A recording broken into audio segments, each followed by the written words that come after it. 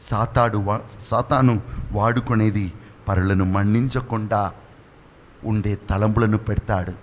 నిన్ను ఎవడు ప్రేమించటలేదు, నిన్ను ఎవడు అంగీకరించటలేదు. అయ్యో, నీ అమ్మ నీ అన్నను బాగా ప్రేమిస్తుంది, మీ తమ్ముడును బాగా చూసుకుంటుంది, నువ్వు ఆడపిల్ల కదా పట్టించుకోలేదు. లేనిపోని తలంపులను ఇస్తాడు. నిన్ను ఎవ్వరూ ప్రేమించటలేదు, నిన్ను ఎవ్వరూ అంగీకరించటలేదు, నీ జీవితం వేస్ట్, నువ్వు ఏమీ చేయలేవు. ఇటువంటి తలంపులు ఆలోచనలతో తీసుకుని వస్తాడు సాతాను. కానీ ప్రభు మనతో ఉన్నది ఎందుకో? ఇటువంటి తలంపులు సాతాను నుండి వస్తుందని సత్యమును తెలుసుకోవాలి. వెంటనే యేసు నామమున ఆ సాతాన్ని వెళ్ళగొట్టాలి. ఆ తలంపులు వచ్చిన వెంటనే రెండవది, ఆ తలంపులను గుణపరచుటకే యేసు తండ్రిని అడిగి పరిశుద్ధాత్మను మనకిచ్చి ఉన్నాడు కదా. ఈ సత్యమును విశ్వసించి ఆ పరిశుద్ధాత్మను పిలవాలి. వెంటనే నీకు విడుదల దొరుకుతుంది. చాలామంది కుటుంబ జీవితం నాశనమవుతుంది. కారణం, సాతాను వారితో ఆడుకోవటానికి వారు అనుమతిస్తున్నారు, సాతాన్ని వెళ్ళగొట్టడం లేదు. ప్రైజ్ ది లార్డ్, హల్లెలూయా. ఇంకా కొందరికి ఏమైపోతుంది, దేవుని మీద కోపం వస్తుంది. సడన్గా దేవుని మీద కోపం. చూడండి, మా అమ్మ చెప్పింది, మంగళవారం చెప్పింది, కుమారా నాకు హృదయంలో నొప్పిగా ఉందయ్యా, రా వచ్చి నన్ను ఒక్కసారి చూసిపో. నేను చెప్పాను, సారీ మమ్మీ, ఇప్పుడు ధ్యానం జరుగుతుంది, నేను రాలేను. శనివారం ధ్యానం అయిపోతుంది, ఆదివారం ప్రార్థన ముగించుకొని సోమవారం వస్తాను. మళ్ళీ పేస్తవారం ఫోన్ చేసింది. నన్ను ఆజ్ఞా అని పిలుస్తుంది ప్రేమతో. ఆజ్ఞా ఒక్కసారి రా, నిన్ను చూడాలని అని నాకు ఉంది, నీ చేతుల నుండి సత్ప్రసాదం తీసుకోవాలి, చాలా నొప్పిగా ఉంది ఆజ్ఞా, రా. సారీ మమ్మీ, నేను రాలేను. శుక్రవారం ధ్యానం కంప్లీట్ అయింది. శుక్రవారం రాత్రి మమ్మీ చనిపోయారు. నేను వెళ్ళలేకపోయాను. మరునాడు వెళ్ళాను. అందరు చెప్పారు, అమ్మ నీ కోసం వేచి ఉండిందయ్యా, మేమందరం అమ్మతో ఉన్నాము, నువ్వు మాత్రం లేదు. నేను గురువు కాబట్టి ఎవరు ఏమీ చెప్పలేదు. సరే అని వదిలిపెట్టాను. సరే, నాన్న చనిపోవటకు ముందైనా నేను పోవాలి అని తలంచుకుంటూ ఉన్నాను. మరి సంవత్సరంలోనే ఒకరోజు మా అన్న చెప్పాడు, ఫోన్ చేశారు, నాన్న చాలా సీరియస్గా ఉన్నారు, నిన్ను చూడాలని రమ్మంటున్నారు. సరే నేను వచ్చేస్తాను. వెంటనే అప్పుడు కూడా ధ్యానం జరిగింది. అయినను వేరే ఫాదర్స్ని పెట్టేసి నేను వెంటనే ఫ్లైట్ తీసుకొని చెన్నైకి వెళ్ళాను. మళ్ళీ ఫోన్ చేశాను. వాళ్ళు చెప్పారు, ఇంకా నాన్న బ్రతుకుతున్నాడు, తొందరగా వచ్చేయి. మళ్ళీ అక్కడుండి ఫ్లైట్ తీసుకొని మధురైకి వెళ్ళాను. మధురై ఫ్లైట్లో దిగగానే ఫోన్ చేశాను, నాన్న బ్రతుకుతున్నాడు, రా అన్నారు. మధురై పట్టణం నుండి మా ఊరికి పోవటానికి 30 నిమిషం కూడా ఉండదు. కారు తీసుకొని వచ్చారు నన్ను తీసుకొని పోవటానికి. కారులో ఎక్కి ఒక 5 నిమిషమే పోయాము. మెసేజ్ వచ్చింది, నాన్న వేచి ఉండి నేను ఇంకా రాలేదని, ఆయన చనిపోయాడు, పరలోకానికి వెళ్ళిపోయారు. నాకు కోపం అయింది, ప్రభు మీదనే కోపం. ఏం స్వామి, అమ్మకు అట్లనే చేశావు, నాన్న కూడా అలా చేశావు, ఇంత దూరం వచ్చాను, ఒక 10 నిమిషాలు వెయిట్ చేయలేదా? అందరు అడిగారు, అందరు ఏడుస్తున్నారు, నువ్వు మాత్రం ఎందుకు ఏడవలేదు? నాకు ఎందుకునే అర్థం కావట్లేదు. మా నాన్న అంటే నాకు చాలా ప్రేమ, నన్ను చాలా ప్రేమించేవాడు. నాకేమని తెలియట్లేదు. భూస్థాపనమైన తర్వాత నేను ఒకరోజు కూర్చొని ప్రార్థిస్తున్నప్పుడు ఇంకా ప్రభు మీద నాకు కోపం ఉంది. దేవా, నువ్వు ఎందుకు ఇలా చేశావు? మెల్లగా పరిశుద్ధాత్మ మాట్లాడాడు, నా మీద ఉన్న కోపం నీకు ఉందా? ఆ కోపం నీలో ఉన్నది కాబట్టి సాతాను నీలో ప్రవేశిస్తున్నాడు. అందుకే నాన్నకు చూపింపవలసిన ప్రేమను నువ్వు చూపించలేదు. ఎవరితో కూడా నువ్వు సరిగా మాట్లాడలేదు. ఇది కరెక్ట్ కాదు. గురువుగా ఉన్న నువ్వు కదా అందరినీ ఓదార్చాలి. నా మీద ఉన్న కోపమును నా మీద చూపించన్నాడు. అలా మాట్లాడుతూ ఉన్నప్పుడు కల్వారిని చూపించాడు. నీ కోసం నేను ఏం త్యాగం చేశానయ్యా.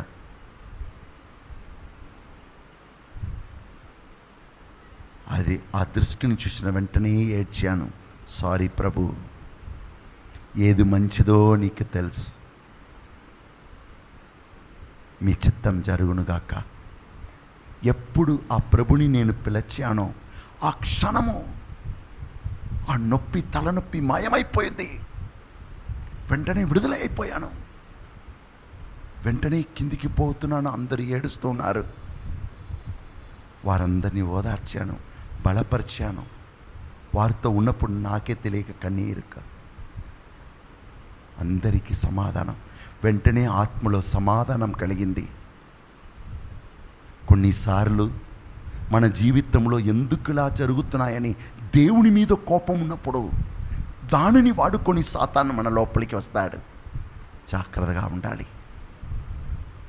ఏది జరిగినా అన్నిటినీ మన దేవుడు దీవెనగా మార్చివేస్తాడని రోమా పత్రిక 8:28 చెప్తాడు.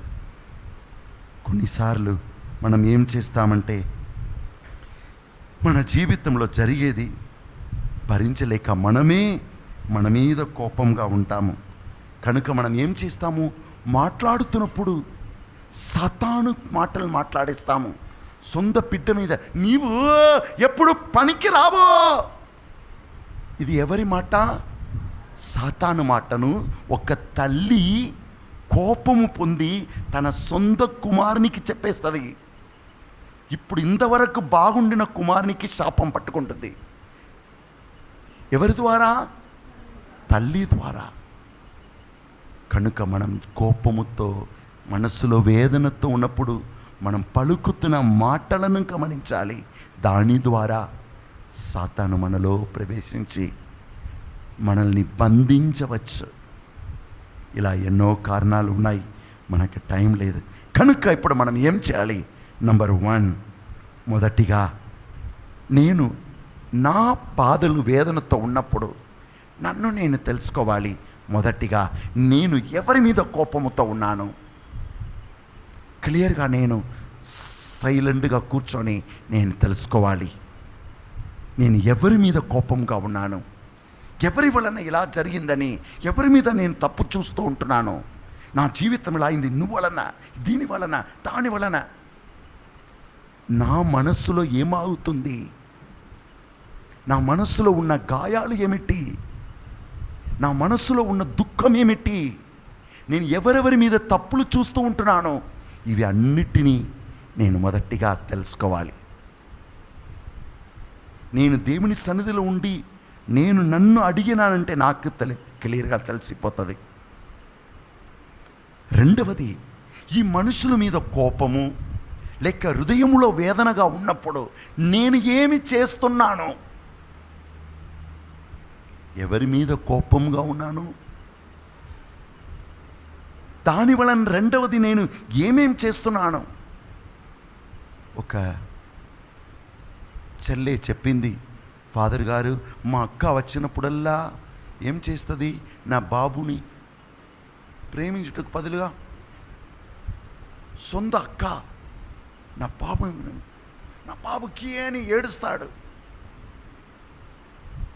ఎందుకు అలా చేస్తుంది తెలియదు ఫాదర్. నేను అక్కని పిలిచాను, ఎందుకు ఇలా చేస్తున్నావు? నాకే తెలియదు ఫాదర్. తర్వాత ఆమెతో ప్రేయర్ చేస్తున్నప్పుడు చెప్పింది, దేవుడు నాకు 2 ఆడపిల్లలు ఇచ్చారు, మా చెల్లెకి మాత్రం 2 అబ్బాయిలు ఇచ్చారు. కనుక నాకే తెలియక కోపం స్వామి. మనిషి కావాలని కాదు, వాళ్ళకే తెలియక అలా ప్రవర్తిస్తారు. నేను ఎవరి మీద కోపంగా ఉన్నాను, ఎవరి మీద తప్పు చూస్తూ ఉంటున్నాను, దానివలన నేను ఏం చేస్తున్నాను గమనించాలి. మూడవది, నీవు ఏమి చేశావు దాని వలన ఇప్పుడు నువ్వు బాధపడుతున్నావు. నువ్వు బాధపడినట్లు చేసిన కార్యాలు ఏమిటి? చిన్న వయసులో ఉన్నప్పుడు, కాలేజీలో వెళ్ళినప్పుడు ఒక అమ్మాయితో తిరిగాడు, పాపం చేశాడు, ఆమె గర్భం ధరించింది. వెంటనే హాస్పిటల్కి తీసుకుని పోయాడు, తీసేశాడు. భయము. ఇప్పుడు ఆయనకు పెళ్ళి 7 సంవత్సరాలు అయింది, సంతానం లేదు. ఆ చిన్నారి బిడ్డను కడుపులో తీసేశాడు కదా, ఆ రక్తం శాపముగా మారి ఆయన్ని తాకుతుంది. కనుక ఆయన జీవితం అంతా ఆయన భార్య, ఏమండి మనకి సంతానం లేదే, డాక్టర్ దగ్గర పోతామా? డాక్టర్ దగ్గర పోయినా ఏం కాదు, ఏమి జరగదు. ఆయనకే తెలియక నెగటివ్గా మాట్లాడుతున్నాడు. తన పాపము ద్వారా సాతాను ఆయన్ని బంధించాడు. ఆయన మనస్సులో, అయ్యో ఎందుకు ఇలా చేశాను, ఆ వయసులో ఈ అమ్మాయితో తిరిగి ఎందుకు ఇలా చేశా. కానీ బయటకు భార్య ఉంది, చెప్పడు, అట్టుకోనే ఉంటున్నాడు. తన మీదనే కోపం, నేను ఎందుకు అలా చేశా, నేను చేసిన పాపం ఇంకా నన్ను పట్టుకుండింది, అయ్యో దీనివల్ల నాకు సంతానం లేకుండా పోయింది, నాకు అభివృద్ధి లేకుండా పోయింది, తన్ను తాను తిట్టుకుంటాడు. నీవు తెలుసుకోవాలి, ఈరోజు నీ మనస్సులో ఏ బాధలను పట్టుకొని ఏమేం జరిగిపోయిందని నువ్వు వేదనతో ఉన్నావు, ఎటువంటి గాయాలు నీలో ఉన్నాయి, అవి అన్నిటి ద్వారానే సాతాను నీలో ప్రవేశిస్తాడు. ఆ సాతాన్ని వెళ్ళగొట్టాలి. నిన్ను గుణపరచుటకు దేవుడు సిద్ధముగా ఉన్నారని సత్యమును మర్చిపోకము. ఆయన వాక్యమును తీసుకోండి. ఒకవేళ దేవుడు నిన్ను మన్నిస్తున్నారు అనేది నువ్వు నమ్మలేకపోయావంటే వాక్యమును తీసుకో. ప్రభు చెప్తున్నాడు కదా, హెబ్రీయులకు రాసిన లెక్క 13:8 ఏమన్నాడు? నేను నిన్ను విడువను, ఏ నాటికిని ఎడబాయను. అవును, ఒక నిమిషం కుడి చేతిని హృదయం మీద ఉంచుకుంటూ ప్రార్థన చేసుకోండి. జీవిత పయనములో రకరకమైన గాయాలతో ఉన్నావా? ఈ గాయాల వలన దుష్టుడు నీలో ప్రవేశించి నిన్ను పాపముతోనూ బంధనాలతోనూ కట్టివేస్తున్నాడా? దేవుడు నిన్ను వదలట్టలేదమ్మా. ఆయన చెప్తున్నాడు, ఆయన వాక్యమును విశ్వసించు. ఆయన వాక్యములో చెప్తున్నాడు, ఎస్ఐకేల్ 18:23 ఎవడును చనిపోవుట నాకిష్టము లేదు. ఎవరు కూడా మరణించటం, బాధపడటం నాకిష్టం కాదు. నీవు నా బిడ్డ కదా, నేను ఎట్లు నిన్ను వదిలిపెడతాను? నీవు గాయాలతో ఉండుటకు నేను ఎట్లు అనుమతిస్తాను అని దేవుడే పలుకుతున్నాడు. హోసేయ గ్రంథం 11:8 ఆయన ఏం చెప్తున్నాడు తెలుసా? ఇజ్రాయేలు, నేను నిన్నెట్లు విసర్జింతును, నిన్నెట్లు పరిచ్ఛేదింతును? నేను నిన్ను ఆత్మ వలె నాశనము చేయగలనా? జెబోయిము వలె చేయగలనా? నిన్ను ఎట్లు నేను వదిలిపెడతాను? నువ్వు నా బిడ్డ. నీవు నీ తల్లి కడుపులో ఉన్నప్పుడే నిన్ను ఆశీర్వదించి భూమికి తెచ్చినది నేను. నీ మీద నాకు ఇష్టం లేదంటే అప్పుడే నిన్ను ఇక్కడ భూమికి రాకుండా చేసి ఉండవచ్చు. నేను నిన్ను భూమికి తెచ్చినానంటే నీ ప్రాణం ఉన్నంత వరకు నిన్ను కాపాడుటకు నేను ఆశపడుతున్నాను. నీతో ఉన్నాను, కాపాడుటకు శక్తి కలిగిన దేవుడుగా ఉన్నాను. కనుక కళ్ళను మూసుకొని ఈ గాయాలను గుణపరచుటకు కొన్నిటిని మీరు మనస్సులో ఉంచుకోవాలి. మొదటిగా, నీ మనస్సులో ఈ దేనిని కూర్చి నీకు బాధగా ఉన్నది, నీ జీవితంలో ఏమేం చేయకూడదు చేశావు, దానిని సాతాను ఇప్పుడు వాడుకుంటున్నాడు. పాప భారము, పాప బంధనాలు, అయ్యో ఆ వయసులో నీవు చేసి ఉండేది కాదు, చేయకూడదు చేశావు, కానీ నువ్వు చేశావని నిన్ను చెప్పుటకు దేవుడు లేదు. నీ గాయాలను గుణపరచి ఎట్లయినా నిన్ను సాతాను హస్తం నుండి విడిపించి నిన్ను మళ్ళీ జీవింపచేయాలని దేవుడు నీ కొరకై తన ప్రాణమును అర్పించినాడు. ఇది సత్యము. ఆయన నీతో ఉన్నాడు. ఈ సత్యమును నువ్వు విశ్వసించాలి. రెండవది, ఆ ప్రభు నీలో ఉన్నది. నీవు సాతాన్ని వెళ్ళగొట్టి నీ గాయాలను గుణపరచాలనే కార్యం కోసం కనుక ఆయన నీవు ఆహ్వానించు. మూడవది, నీ మీద నీకున్న కోపమును నువ్వు మానుకో. నీవు నిన్ను గుణపరచలేదంటే దేవుడే నిన్ను వదలలేదు. ఎందుకు నీవు నిన్ను వదిలిపెడుతున్నావు? కొన్ని పొరపాటు జరిగి ఉండవచ్చు కనుక నీ భార్య అలా ప్రవర్తిస్తుంది. ఏమి వెళ్ళిపోయి ఉండవచ్చు, లేక నీ భర్త ఒక విధంగా ప్రవర్తించి ఉండవచ్చు.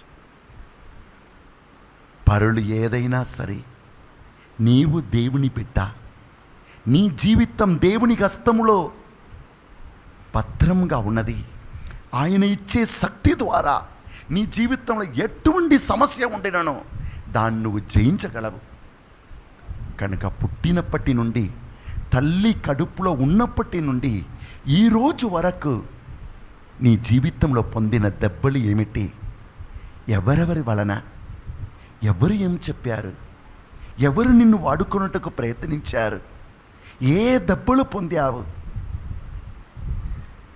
ఇవి అన్నిటిలోనికి యేసుని ఆహ్వానించు. పరిశుద్ధాత్మను తీసుకొని పోయి అవి అన్నిటినీ స్వస్థపరచమని పిలువు. ఆయన సిద్ధముగా ఉన్నాడు. రెండవది, దేనిని కూర్చి నీవు అసహించుతున్నావు? నేను ఎందుకు ఈ నిర్ణయం తీసుకున్నా? ఎందుకు ఈ వ్యక్తిని వివాహం చేసుకున్నా? ఎందుకు ఈ చదువు చదివాను? లేదు, అవి అన్నిటిలోని యేసయ్యను ఆహ్వానించు. నీవు తీసుకున్న ప్రతి నిర్ణయాల్లోనికి యేసుని, అపరిశుద్ధాత్మను ఆహ్వానించు. ఆయన నీలోనికి వస్తాడు, నిన్ను గుణపరుస్తాడు. నిన్ను మన్నించుట మాత్రం కాదు, నిన్ను ప్రేమించి ఆయన తనతో నిన్ను ఉంచుకోవాలని ఆశపడుతున్నాడు. నేను ఉన్న చోటులోనే నువ్వు కూడా ఉండాలి. ఇది ఆయన హృదయ వాంఛ. కనుక నువ్వు ఎంత ఘోర పాపి అయినను నిన్ను మన్నించి నిన్ను శుద్ధి చేసి నీ జీవితాన్ని నిర్మించుటకు ఆయన నీ పక్కనే ఉన్నాడు. విరిగి నలిగిన వారి పక్కన దేవుడు ఉన్నాడని వాక్యం చెప్తుంది. ఒక్క నిమిషం కుడి చేతిని హృదయం మీద ఉంచుకుంటూ నీ గాయాలన్నిటినీ గుణపరిచే ఆ దేవుని పిలువుము. ఆయన వాక్యమును నీ ఆత్మలోనికి స్వీకరించుకో. నీ శరీరము, నీ మనస్సు, నీ ఆత్మను స్వస్థపరచుటకి దేవుడు నీతో ఉన్నాడని మొదటి తెస్సలోనికి రాసిన లేఖ 5వ అధ్యాయం 23వ వచనం పలుకుతుంది. ఎందుకు ఆయన పడిపోయిన నిన్ను మన్నిస్తాడు? కారణం ఆయన నీ తండ్రి. మనం నమ్మలేని బిడ్డలుగా ఉండినను ఆయన మాత్రం నమ్మదగిన దేవుడుగా ఉంటాడు. ఆయనకి నీ హృదయాన్ని అర్పించు. నిన్ను నేను ఎన్నడూ విడువను, నిన్ను నేను ఎన్నడూ ఎడబాయను, నిన్ను నేను ఎన్నడూ విడువను, నిన్ను నేను ఎన్నడూ ఎడబాయను. తల్లి తన గర్భంలోని శిశువును మరచునా, తల్లి తన గర్భంలోని శిశువును మరచునా. ఆ తల్లియే బిడ్డను మరచినను, నీ నిన్ను ఎన్నడు ఎడబాయను, నీ నిన్ను ఎన్నడు ఎడబాయను. నిన్ను నేను ఎన్నడు విడువను, నిన్ను నేను ఎన్నడు ఎడబాయను, నిన్ను నేను ఎన్నడు విడువను, నిన్ను నేను ఎన్నడు ఎడబాయను. నా బిడ్డలలో ఒక్కరు కూడా మరణించుట నాకు ఇష్టము లేదు, నేను గుణపరచే వైద్యుడు నేను, గాయాలను కట్టుతున్న వైద్యుడను నేను. నిన్ను నేను ఎన్నడు విడువను, నిన్ను నేను ఎన్నడు ఎడబాయను, నిన్ను నేను ఎన్నడు విడువను, నిన్ను నేను ఎన్నడు ఎడబాయను.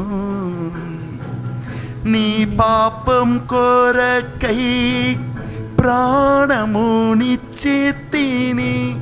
నీ పాపాలను కడుగాలని నా రక్తమును చిందితిని, పడిపోయిన నీకై దాగముతో ఉన్నానని ఏడ్చితిని, నిన్ను నేను ఎన్నడు విడువను, నిన్ను నేను ఎన్నడు ఎడబాయను. తల్లి గర్భంలో నీవు ఉన్న వేళలో నిన్ను నేను చూసి తిని, నిన్ను నేను దీవించి తిని, పెద్దవారై నీవు మారినను, నిన్ను నేను మోసేదను, నిన్ను నేను భరింతును, నా చెంద చేరు వరకు నీతో నేనుండును, నిన్ను నేను ఎన్నడు విడువను, నిన్ను నేను ఎన్నడు ఎడబాయను, నిన్ను నేను ఎన్నడు విడువను, నిన్ను నేను ఎన్నడు ఎడబాయను. నా రక్తము ద్వారా పాపాలను మన్నిస్తున్నాను,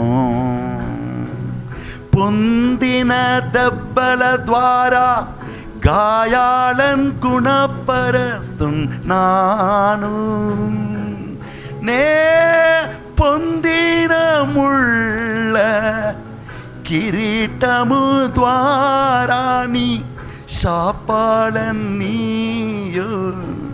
తీసివేయుచున్నాను, నీ పేరును నా అరచేతిలో రాసియున్నాను, నీవు నా బిడ్డ, నిన్ను నేను ఎన్నడూ విడువను, నిన్ను నేను ఎన్నడూ ఎడబాయను, నిన్ను నేను ఎన్నడూ విడువను, నిన్ను నేను ఎన్నడూ ఎడబాయను.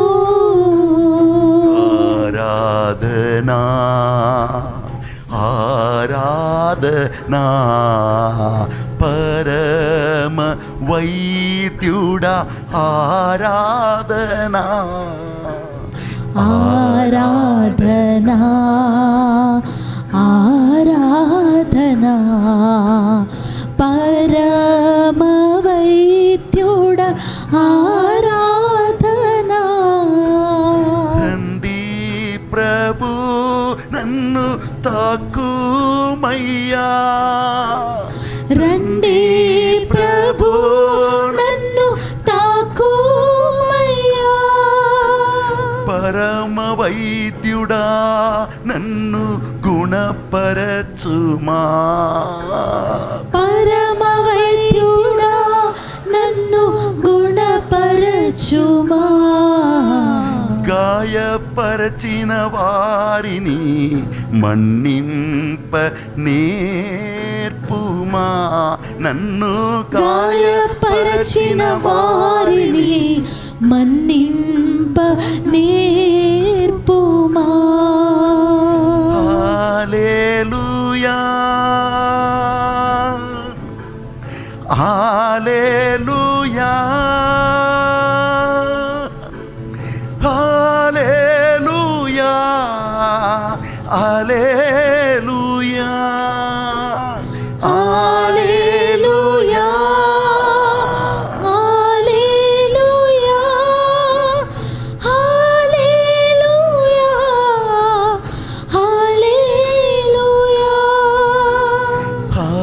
హల్లెలూయా హల్లెలూయా హల్లెలూయా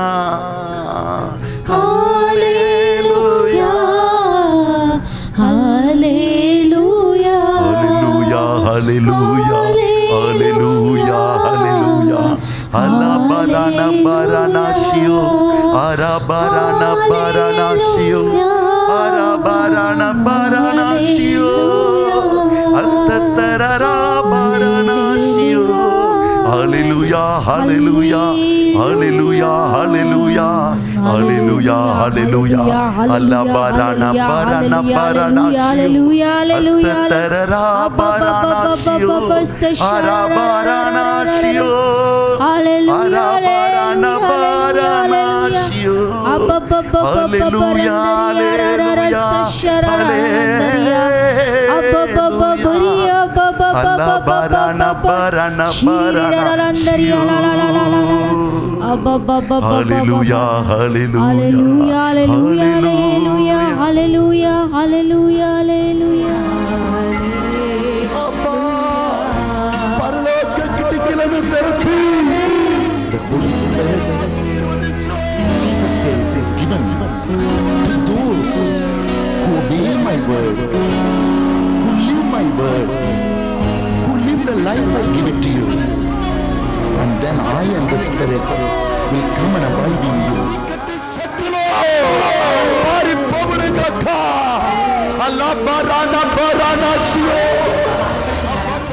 కుటుంబ సమస్యలతో వేదన పడుతున్నారా? ఆర్థిక ఇబ్బందులతో సతమతమవుతున్నారా? మీ జీవితంలో ఎన్నో శ్రమలను అనుభవిస్తున్నారా?